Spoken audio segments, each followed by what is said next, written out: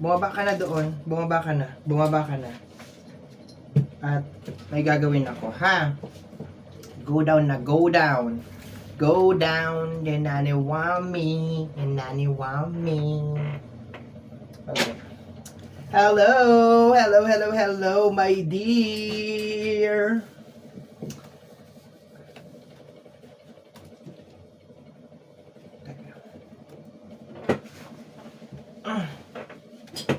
Okay.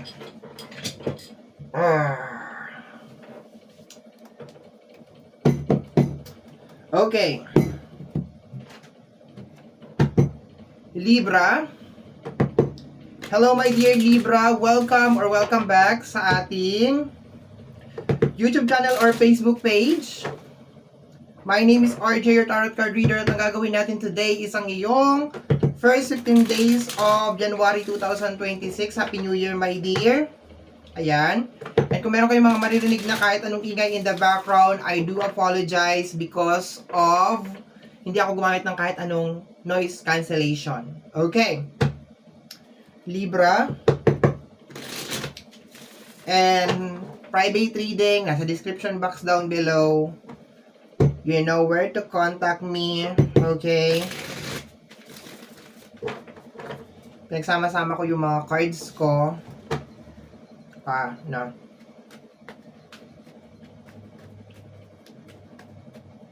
Okay, let me see.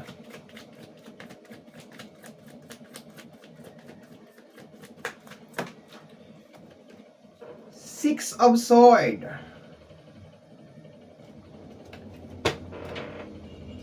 It's more on parang moving forward, moving on, moving forward. Pero yung pag-move on is hindi siya 100% na move on. Hindi. Kasi parang meron pa ring pain, parang meron ka pa ring, basta, parang nag-move on ka galing sa isang sitwasyon or parang isang scenario sa energy ng Six of Swords, pero meron pa ring something. Okay? Meron pa ring something over here. Nararamdaman ko rin, my dear Libra, na sinusubukan mo maging kalmado as much as possible. Okay? Okay, the Ten of Swords. Okay? Parang game over. It's energy of game over. Okay? Parang may something na nag-end, tapos parang hindi mo siya matanggap. Parang it's over. Something like that. And kinakailangan mo na lang mag new beginnings or mag-move on sa energy ng Ten of Swords. Something na nag-end. Something na nag-end. And kinakailangan mo na lang siyang tanggapin. Let me see, my dear.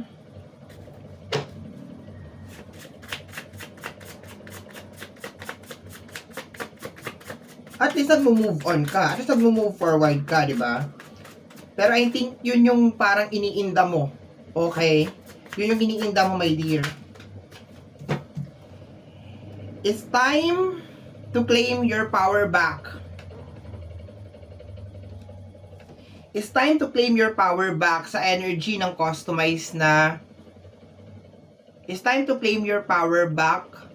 Ang nakukuha ko, my dear Libra, is parang yung attention mo is not more on the parang power na parang power. It's more on parang yung attention mo, yung focus mo is dapat naman talaga wala talaga doon. Or dapat hindi mo ginagawa yun.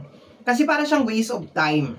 Okay? It's just a waste of time or parang wala siyang na-contribute, wala siyang naitulong, or parang hindi siya beneficial. It is just a waste of time. Yun ang nakukuha ko dito, parang waste of time. Sa first 15 days of January, okay, pasensya na sa ingay sa background kasi hindi talaga ako naglagay ng noise cancellation kasi ayoko ng kahit anong mga wire, maliban dito sa wire, kung nahagip mo tong wire na to kasi wire yan ng ilaw, okay? It's just a waste of time. Yun ang nakukuha ko. Parang nasayang yung oras mo na masyado kang nag-focus sa bagay na yon. Tapos, kasi hindi para sa'yo eh. It's more on parang hindi siya para sa'yo or hindi siya nakatakda na maging para sa'yo. Okay? Posibleng tao, posibleng bagay. Okay?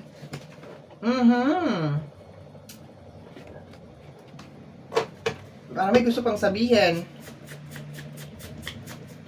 Meron pa ba? Let's add more. Sige. Dagdag pa tayo.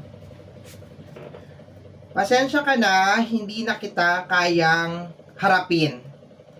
Pasensya ka na, hindi na kita kayang harapin. And it is energy of ghost. So, parang may nag-ghost. Hindi ko lang sure kung ikaw ba yung nag-ghost or ikaw yung nang-ghost or ikaw yung ginost. Okay? Pero pasensya ka na hindi na kita kayang harapin. It's more on energy parang nag-ghost or okay, energy ng ghosting. Or parang hindi tumupad sa usapan. Okay?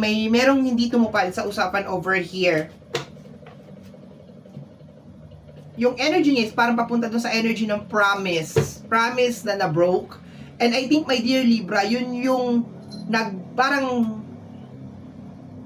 sign. It's more on sign, my dear Libra, na kinakailangan mo nang mag-move forward because parang may isang energy na hindi siya tumutupad sa usapan, something like that. Okay?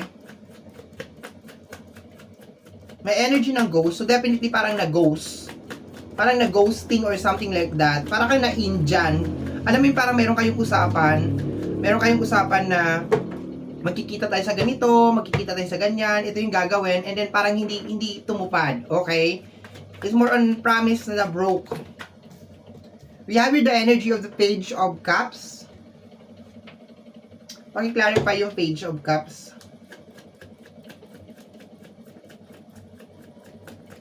Clarification ng Page of Cups. Posibleng energy ng water sign or kapwa mo. Okay, posibleng energy ng earth sign.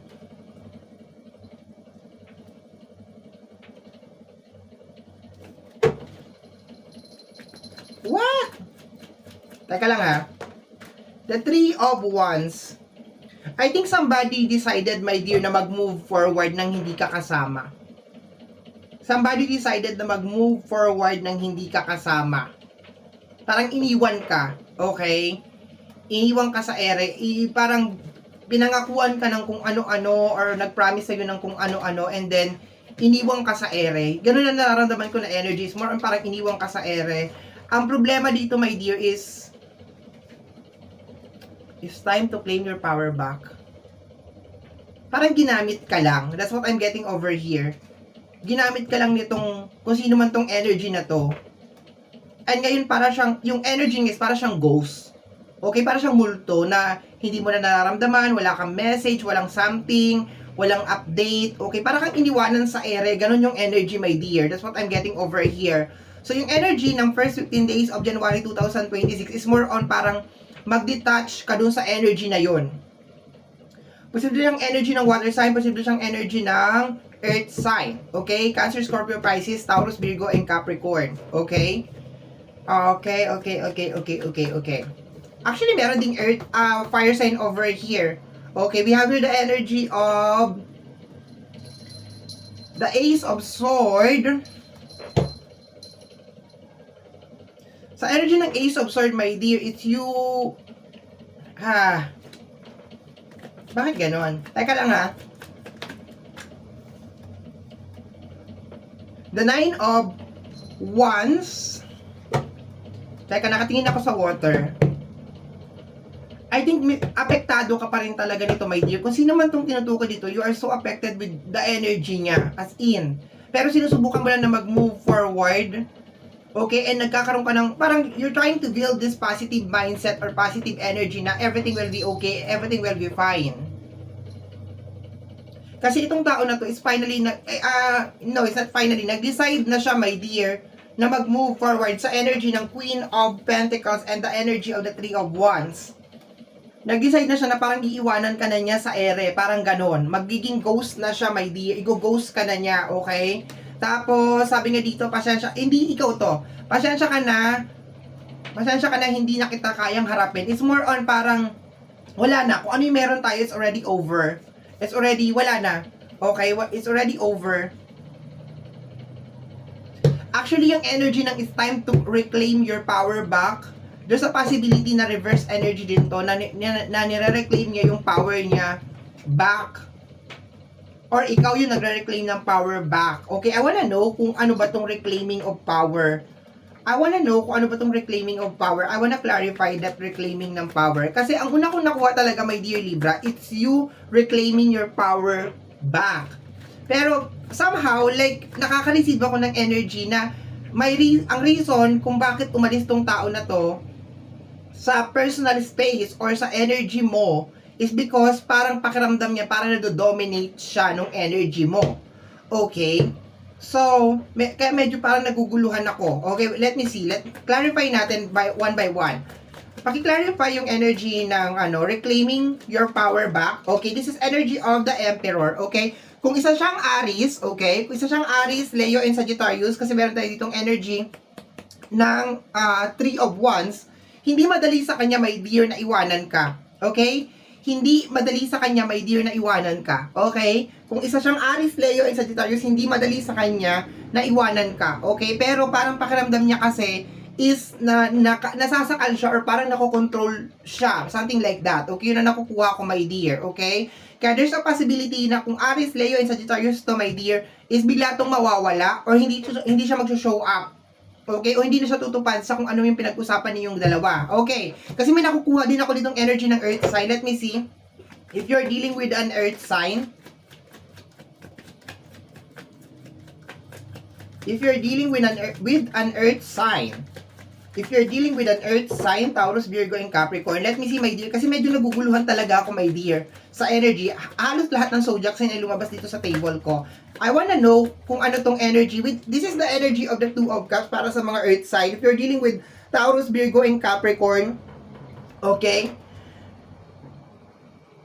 I can feel, my dear, na etong earth sign na to, Taurus, Virgo, and Capricorn, is like, may energy ng page over here. Okay, gusto niya mag-start din. Okay, gusto niya mag-start ng panibagong life, panibagong buhay, panibagong something, or posibleng panibagong relationship. Okay, over here.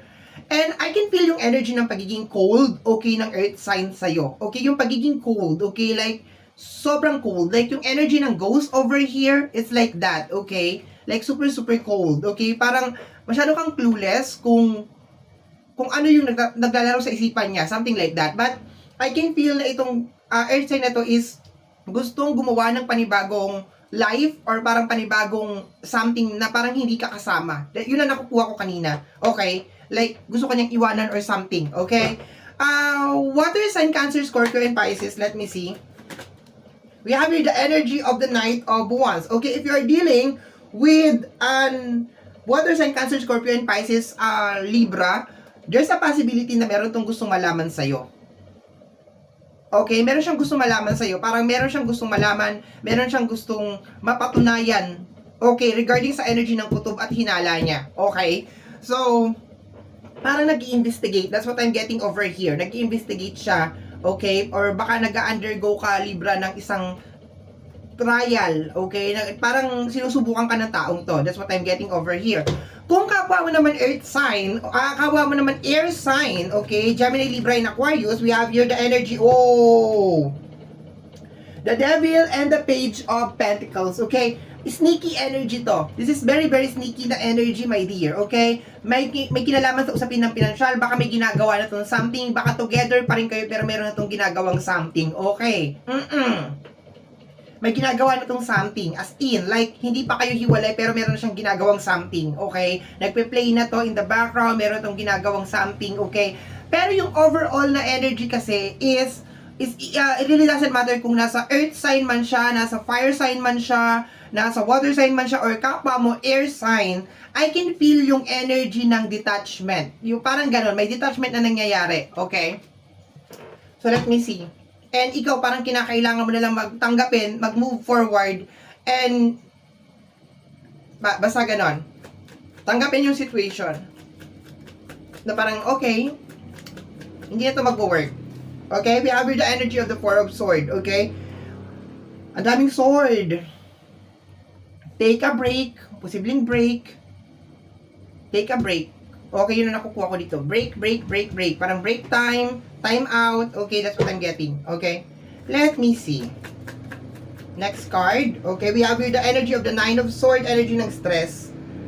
Okay? Posible mayroon ding stress na nangyayari sa loob ng connection. Okay, may stress, may sleepless night, meron na pressure, meron na stress. Okay, baka ikaw na stress ka, na pressure ka. Okay, problema sa usapin ng financial, so on and so forth. Pero yung overall na energies, parang hindi na talaga siya mag-work. Yeah, it's not working anymore. We have here the energy of the Nine of Wands. Okay, dalawa yung Nine of Wands kasi dalawang tarot ang pinagsama ko dito. Uy, ang daming sword, honestly. Alam mo yung parang typical na hindi na siya mag-work. That's the energy of it. Hindi na siya mag-work na connection, pero it's more on hindi na siya mag-work. Like, hindi na talaga siya mag-work. It's not working anymore. And parang kinakailangan na mag-move forward. Okay, that's what I'm getting from the reading para sa first 15 days of January 2026, my dear. Okay? So, my dear Libra, yan ang na-collect natin. Yan ang nakita natin para sa first 15 days of January 2026. I hope that you love it. Thank you so much for watching. Bye-bye. Happy New Year.